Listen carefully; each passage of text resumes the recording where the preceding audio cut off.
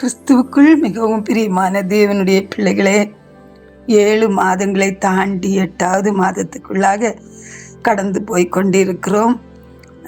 கடந்த மாதங்களை திரும்பி பார்க்கும்போது ஒருவேளை நாம் நினைத்தவைகள் நடக்காதபடியினாலே, ஏமாற்றப்பட்டபடியினாலே, சாத்தானுடைய வஞ்சகத்தினாலே அநேக பிரச்சனைகளை நிமித்தமாய் துக்கம் நிறைந்தவர்களாய், அவமானம் நிறைந்தவர்களாய், நம்முடைய வாழ்க்கையில் ஒரு நம்பிக்கையற்ற சூழ்நிலையில் கூட நாம் கடந்து போகலாம். ஆனால் ஆண்டவருடைய வசனம் சொல்லுது பாருங்க, இனி உம்முடைய நாவை நகைப்பினாலும் உம்முடைய வாயை கம்பீரத்தினாலும் நிரப்புவார் என்று சொல்லி யோபுவின் புஸ்தகம் 8வது அதிகாரம் 21வது வசனத்துல நம்ம பார்க்கிறோம்.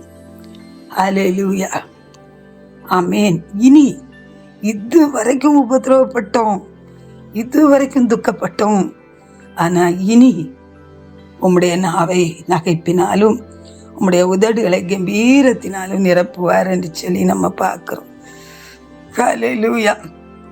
என்னுடைய வாழ்க்கையில கூட நான் திருமணத்துக்கு முன்னால நான் ஒரு இடத்துல ஒர்க் பண்ணிட்டு இருந்தேன். மத்தியான வேளையில எல்லாரும் எதையாவது சொல்லி சிரிச்சு ஆனந்த கூத்தாடுவாங்க. ஆனா நான் மட்டும் தனித்திருப்பேன். ஏன்னா கர்த்தரதை விரும்புகிறவர் அல்ல. ஆகவே நானும் அவர்களோடு கூட சேர்ந்து நான் அப்படிப்பட்ட காரியங்களை செய்தால் எனக்கு பனிஷ்மெண்ட் கிடைக்கும்னு சொல்லி நான் பயப்படுவேன். திருமணத்துக்கு பிறகு நிறைய மந்திரவாத வல்லமைகள், பில்லிசூனிய ஆவிகள், மனுஷனுடைய பொறாமைகள், எரிச்சல்கள், பகைகள், இவைகளின் நிமித்தமாய் என்னுடைய சந்தோஷத்தை முழுவதுமாய் நான் இழந்து போனேன். என்னால் ஒரு சும்மா கூட சிரிக்க முடியாது. என்னுடைய அந்த அந்த கடைவாய், அந்த எலும்புகள் எல்லாம் சிரிக்கும்போது அது மிகவும் அதில் ஒரு வலி உண்டாகும், கட்டி வைத்த மாதிரி இருக்கும், அவ்வளவு வேதனை. ஆனால் ஒரு நாள் வந்தபோது தேவன் என்னை தம்முடைய ஆவியினால் அபிஷேகித்தார். ஆமேன். கர்த்தருக்குள் மனமகிழ்ச்சியாய் இருக்கும்படியாய் ஆனந்த தைல அபிஷேகத்தினால் என்னை தேவன் நிரப்பினார், என்னுடைய உள்ளத்தை சந்தோஷப்படுத்தினார். ஆமேன். அப்படித்தான் நீங்களும் கூட ஒருவேளை சமாதானத்தை இழந்திருக்கலாம், சந்தோஷத்தை இழந்திருக்கலாம். ஆமேன். ஒருவேளை ஒரு நம்பிக்கையற்ற சூழ்நிலை கூட இருக்கலாம்.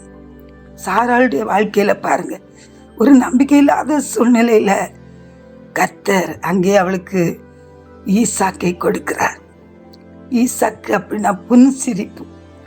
அவள் சொன்னாள், கர்த்தர் என்னை நகைக்க பண்ணினார்.